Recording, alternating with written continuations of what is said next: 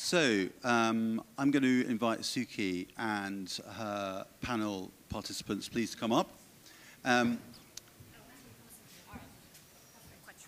So this is a really a great way to end the day. I think this is the great debate. This is about the perceived tension between data and creativity. This is about Martin Sorrell's maths men versus the madmen. And I've got a very quick quote, which I'll do very quickly, from my ex-boss, Sir John Hegarty, just to set this up. I'm convinced all you marketing people want it to be a science. If you could just make it a science, it would make it so much easier. You could add it all up, get the equation right, go home and play golf. But it's not. Selling stuff has never been a science. It's about persuasion. And persuasion is an art. And it will never, ever be that, despite big data. Over to you, Suki. Thank you. Gosh, it's really hard to see you all, but well done for staying for the last bit. Do you know, Natalie, I've got so many questions, but unfortunately we've got a whole panel. Otherwise I would... Wasn't that amazing? How many of you in the creative industry are sitting here going, I thought that communications was tough. It's not, is it? You know, Mark, you've just got such an easy job by comparison, haven't you?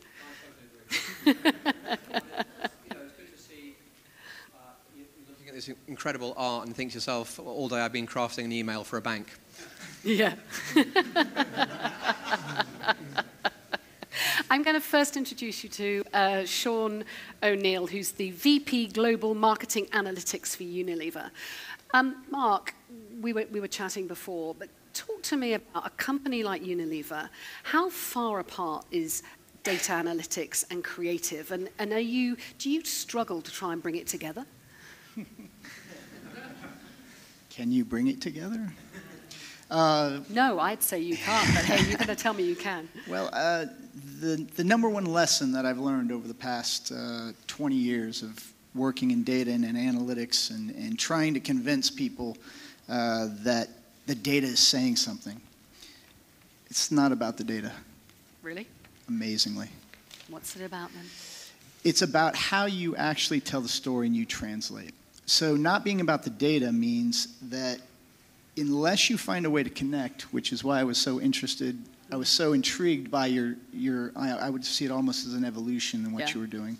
And it was maybe the ordering, but just what I saw, is that I found that no matter how good the data is, if I can't portray it in a human, connected way to business decision makers, it never has an impact. So for you, storytelling is really critical. And it's storytelling in the fact that the data could be 1%. It could be 1%. It could be the nugget that stimulates everything, as long as it's the right end goal that the data is suggesting. It does not have to be about the data. It isn't about the data. So do you have an equivalent of the kind of merry-go-round, what's yours? What do you do? You know what? I'll give you the best example that I've come across recently. And it's not a recent example. Have you ever looked at the underground map, for the underground? That may be, that map. Yeah, fantastic map, right? That is a piece of art. Yet we use it like the scientific compass of the universe. It is art, ladies and gentlemen. It's colored-y. It doesn't represent space and time. The ordering is there, but it's not really all that good. You can't say this takes 20 minutes and this takes 5. It's not even like it's here and there. It's art, ladies and gentlemen. Yet it translates for us space and time, our movements of millions of people every day. Thank you. I'm going to pass over to Yasmeen now. Yasmeen Ahmad is the data scientist from Teradata. I'm not going to introduce all the panel in depth and tell you about them, but go and look at each of them because they've got such interesting stories themselves. But Yasmeen, for you, you are a data scientist. You're kind of steeped in data from when you were at university. What's your role when you're talking to business? How do you make that connection between the use of data and what's your story? How do you bring it alive? So I think I have to pick up on the storytelling aspect there because I think that's essential to my job as a data scientist. So often I will tell people that I'm as much a storyteller as an analyst or a statistics person because I have to be able to communicate what I'm doing with the data. So very much, I don't see creativity and data at two ends of a spectrum because I see them intertwined. I have to start with a narrative, and I get the data to tell me, is that narrative correct? And the data will guide that narrative. And I have to work with business people. I have to work with marketing people because they've got the context, the information around. If I'm working in banking, they'll know the industry. If I'm working in retail, they know the industry. And they'll help me guide that story. And at the end of the day, it is the story that I have to come out with because that's what connects with people. The data, the numbers themselves don't. So I think storytelling is just essential. And I do describe my role, data scientist, very much as art and science coming together. So when you walk into the room, do people kind of go, oh, great, or do they sigh and think this is going to be a really either dull or challenging meeting? So actually, I think the common reaction is, data scientist, that's interesting. I keep hearing, what do you do? Where have you come from? What is a data scientist? So people are genuinely intrigued because it's a role that I think isn't as well defined yet. And the data scientists I meet have come from various different backgrounds. So myself, I started in computing, then did my PhD in life sciences and went into the research world there. And now I work with industries, retail, telco, banking, and various other industries. So there's no one route to becoming a data scientist, and I think that makes us intriguing to people. Okay. Thank you. Mark, can we come to you on the end? For those of you that don't know Mark Whelan, he's the Creative Officer, Global Chief Creative Officer for Havas. Rolls off the tongue, Whatever, doesn't it? just like really easy title. Okay, Mark, you get the hard bit of this because, come on, look, you're a creative. How many creatives do we know? You don't really like data, do you? Love it. I'll tell you why. The big question is, like, can data inspire creativity?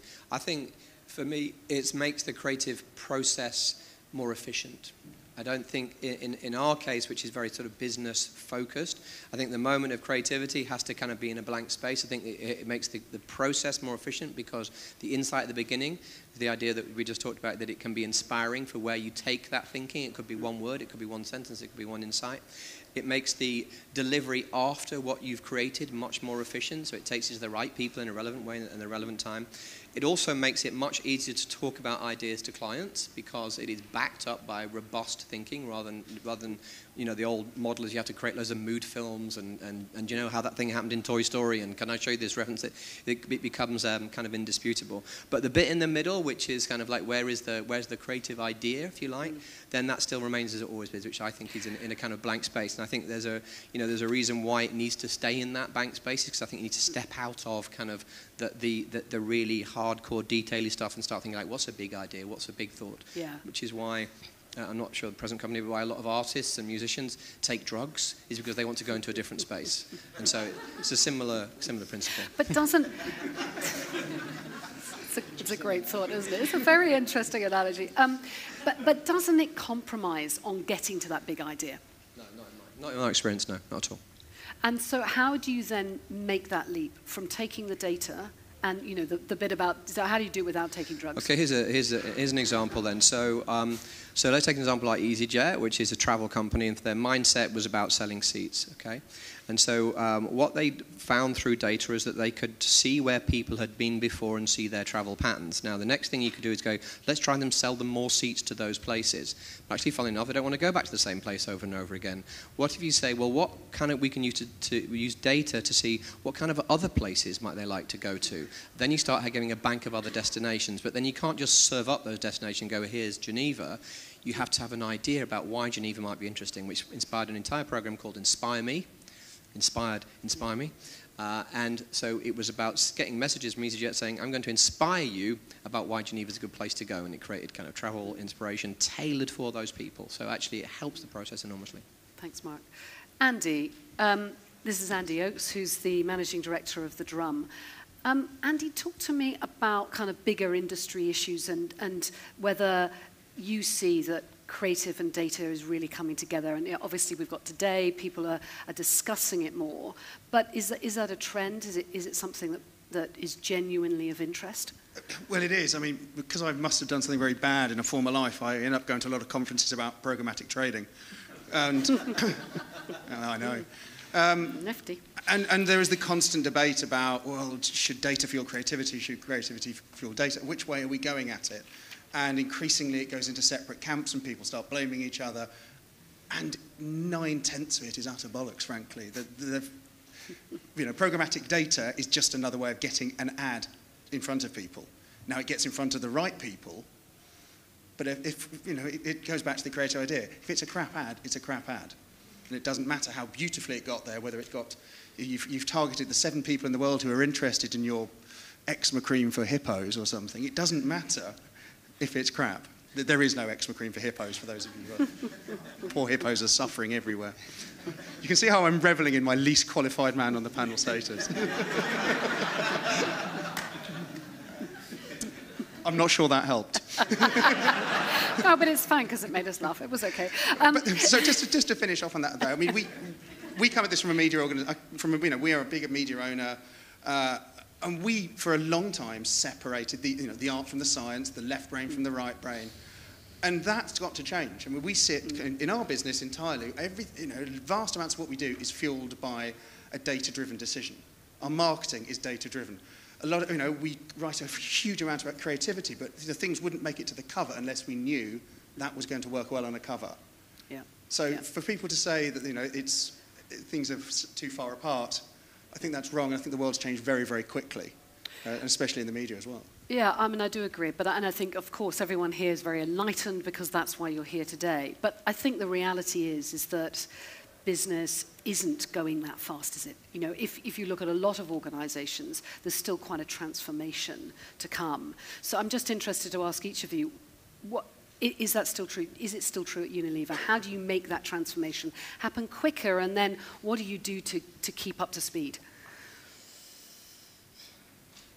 Sometimes I feel like when we hand people all these great tools and we're coming to them with all these new ideas and the ability to see social and the ability to hit people in real time, in real place, in the right spot in the day, I feel like I'm handing them like they've been using a telegraph their whole life. They've been tapping it out all day, and I've just handed them my iPhone, and they go, okay. So, is there anybody out there? Right?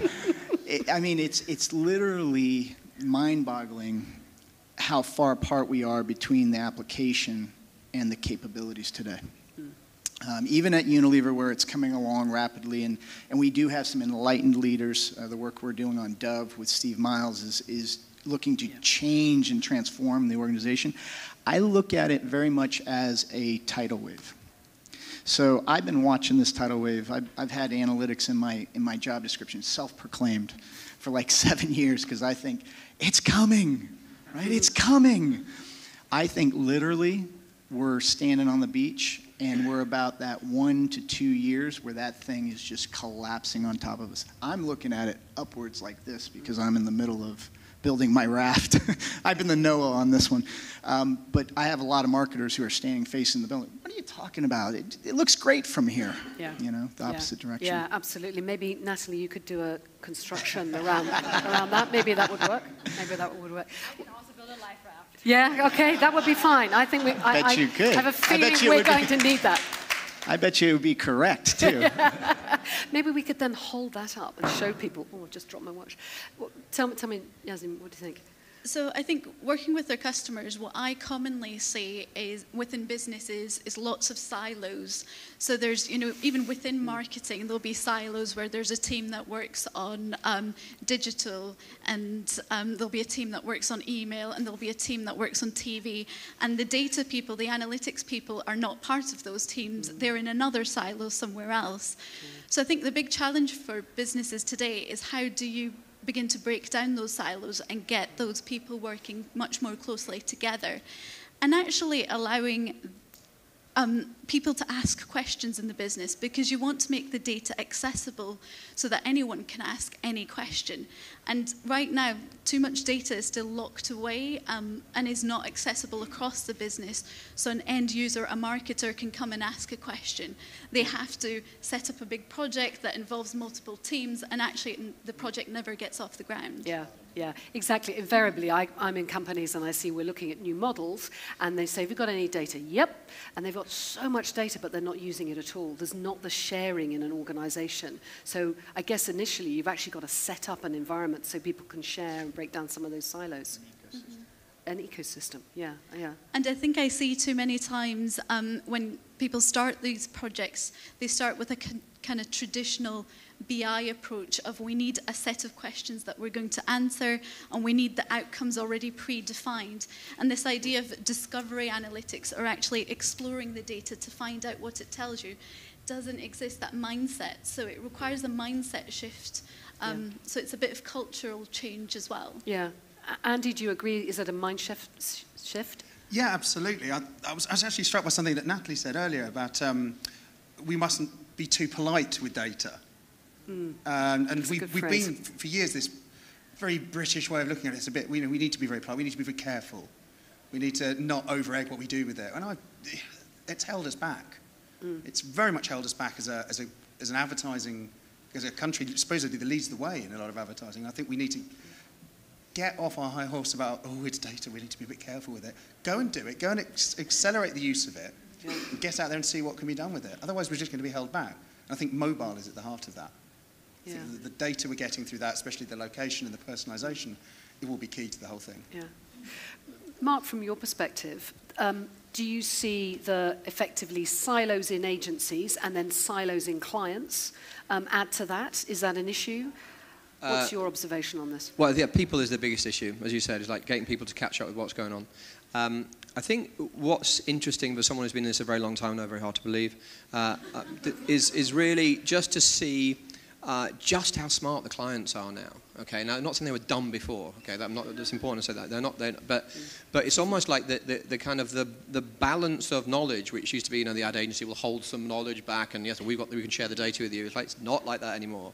You go to organisations where data is absolutely intrinsically linked to increased revenue. So Amazon, obviously the one that everyone quotes. But you go to somewhere like Sky, where you see that investment in data begets further revenue. They just get smarter and smarter and smarter, so that with every nuance they try, they know what's going to work, that's not going to work, and they take it offline within seconds. And the speed of that and how impressive that is, you kind of sit there in the room and think, I'm not the smartest guy in the room, and I seldom am, but you really are not the smartest guy in the room anymore. So, no. And I think what's happening is that a lot of that is living with clients. So the question is like, what's the role of the agencies in that? Well, I think it's twofold. There's one which is about what to do with all of that data sometimes. I think it's about, again, being creative with that data, both in terms of how you use it, but also how you populate it. And then finally, I think the distribution of it, and that's where kind of the fusion of creativity and media come, because the distribution of the messaging that the data creates, making it really relevant, getting it in the right places, that's where it's really, really smart. Yeah. I'm going to ask the audience if you've got any questions in a second, but I'm just going to ask Nathalie, just listening to this conversation around art and data and from a business perspective, does that resonate with what you're trying to do? Yeah, very much. In fact, can you hear me? Oh, can I just take that a second? In fact, I just want to resonate something that you mentioned, that is the art of listening. And there's a lot of people who are talking about data, who are using data, not just the marketing world. There's this same similar conversations happening in the science world and the art world and the music world. And we're all using data. So I think one of the things that would be really helpful is that if we start listening to other people who use data and how do they think about that, and how what is the relationship between creativity and data in that field. So it resonates a lot, because I'm not hearing anything that's surprising here, because that's the same thing that we're going through. Another thing I want to also talk about briefly is collaborations. I mean, one of the things that comes up with data is that you're asked to collaborate. And one of the problems that I'm finding with working with art and science is that there's a lot of emphasis and a lot of pressure on having successful collaborations. But successful collaborations are rarely collaborations that lead to more profound insights. So, and which sort of goes back to my point about we have to fail more with data, which is we have to allow those conversations that happen between making data more accessible and creativity and what role it does to get to a point where we can actually talk to each other as equals, but allow some of that friction to reveal some truths about data that we may not see if we're always so polite to one another, not just with the data, but also with each other. So I think actually, you know, I mean, the marketing world can learn from the art world can learn from the science world can learn from the technology world. I mean, it's sort of, we're all in this together at this point. Data is everywhere, so it's kind of silly to think of ourselves as included as in these silos of perceptions. Absolutely. Have we got any questions that anyone wants to ask? But yeah, there's one just down here. Hi, I'm just struck by a sense that the notion you're discussing of creativity is still rooted in this concept of it's an expression of something by marketing, and it's overlooking that data in itself might be creative. And as an example of that, I'd like to suggest that Twitter's decision to use the hashtag to organize thematic discussions is a stroke of absolute genius, but it's just data management. That's a really good point. Do you Shawn, do you have you must agree with that, but do you have any other examples where you... Well, it's how you look at data. We're up here talking about data and creativity and whether they're at some opposite end of a spectrum. The reality is data is just the oil. It creates the paints, and the artists create the paintings. And it's how we put multiple pieces of picture and art together to create a complete picture that actually makes magic and makes special things happen. So I have the whole conversation about data and creativity being somehow unrelated. I'm not even sure I understand that. No, I agree. Is there any other questions here? There's one just here.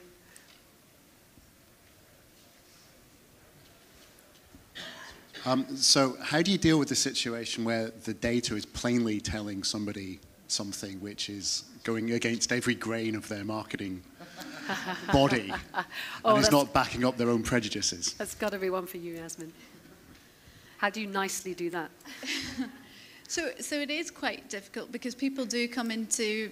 Me as a data scientist, I approach a problem with biases because of what I know of the world. So I will come at a problem with a bias or what I think the data is going to tell me. So I have to fight hard against that to try and ensure I listen to the data. So it's a challenge communicating that to business people, but I think that's the key in having people along with you on the journey. So if you have people with you on that journey from the moment that you got that data and you started forming those questions, they'll be on that journey and discovering those insights with you, as opposed to you coming back after 3 weeks and presenting something that completely contradicts what they think. So bring people along on that journey. Mark, what happens to you when that happens? You've come up with a great idea and they say the data says that's wrong. That's never happened. I think for me, like, the most interesting thing was, it's like, you know, again, sort of pre and post data is when you'd have conversations with marketers which were based on focus groups or on research. And it was this kind of this sort of closed world of safety. And what changed everything was Facebook. And so when consumers, real people went on Facebook and started slagging off changing of logos or pricing or decisions or whatever, that changed everything forever. And that's the day that marketers started listening to real people in a proper way because it was public. And it was almost a kind of a shaming thing, I think, in the first instance. But since then, that sort of shame thing gone away. It's been a genuine shift in genuinely being interested in what their consumers got to say. And so the conversation is no longer about my opinion. The conversation is about real people's opinion. And that's it. That was a brilliant moment in my career. Yeah. We've got time for probably one more question. It's amazing what a quote can do. It is amazing what a quote can do. Okay, I've got just one more, which is around, you know, we've talked, I think we've kind of agreed that there absolutely is a role for creativity and for data. But I think there's a lot of people that don't come from an analytical background and a data background that find it difficult to begin that conversation, or to ask the right question, or not feel intimidated, or not even to engage with it. So do you have a kind of top tip for the way that you help that relationship happen? Or, Mark, within your environment where you help your creatives embrace it? I suppose, again, I talk about it in the idea of like the inspiration and the execution. I think, so the data can really inform execution in things like language. So are we using the right kind of vocabulary for the people we're trying to talk to? And so I've seen, you know, a very different set of copy, which is informed by real conversations that are happening between teenagers about skincare for Simple, for example, absolutely change the language and the lexicon. So when that happens, and then you see the immediate results, and you see conversations happening there, these people get me, because you know that awful thing about dad talk, you know. So when data is erased dad talk, because it actually makes us understand how people really talk to each other, and that makes a huge difference. Thank you. Andy, give us your top tip for how people can just link that understanding of data and technology. Actually, I think it's becoming less and less of a problem, to be honest, as we get younger and people, sadly very younger people through our organisation. It's sort of imbued in them naturally, and we're taking people out. You look at people coming through the universities at the moment, and they're already there. It's not a conversation we're going to keep having to have, and that encourages me greatly, despite the fact that some of these people were born in 1990 something. Well, Yasmeen, how old are you? 27. No. Yeah, yes, she is. She is. Sorry, you can have the microphone. So we'll wait for everybody to just die off. Yeah. Until people die off, what are we going to do? I think it's about asking questions. Don't be afraid to ask questions. And there's no such thing as a silly question. So coming back to Nathalie's point, we have to get away of being afraid to fail. So the idea is we should be failing because that means we're asking good questions. There's lots of questions that you'll ask and the answer is no or it's not interesting, but there'll be that one question in there that will make a step change, that will make you be the innovator or the really competitive business out there. And so just don't be afraid of asking questions. Thank you. Mark. Shawn, Mark. I'm keep it short and sweet, which I think is you go find out how they communicate. They have their own dashboards, their own visuals that they like. They may even work in the world of baskets and art. If that's where they work, then you start there and you come back to the data instead of creating your own stuff and trying to force it upon the world. In business, that might be your most expedient way to do it. And just finally, Nathalie. And finally, I'm reiterating everything that's been said, but I also think that this notion of an expert is sort of disappearing in this world, that really only the way to deal with this is to make sure that we're all in this conversation together, and there is no one expert in this. We all are trying to figure this out. It's all about problem solving, and who doesn't like a nice problem? And with that, it's time to close. Thank you very much.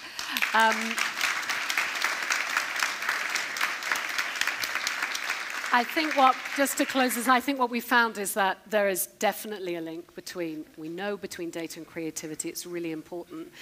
From my point of view, I'm going to go and raid my son's Lego box again and make sure that we're putting, creating and developing stuff. I'm not sure I could ever create something as beautiful as that, but they're worth a fortune on eBay, too.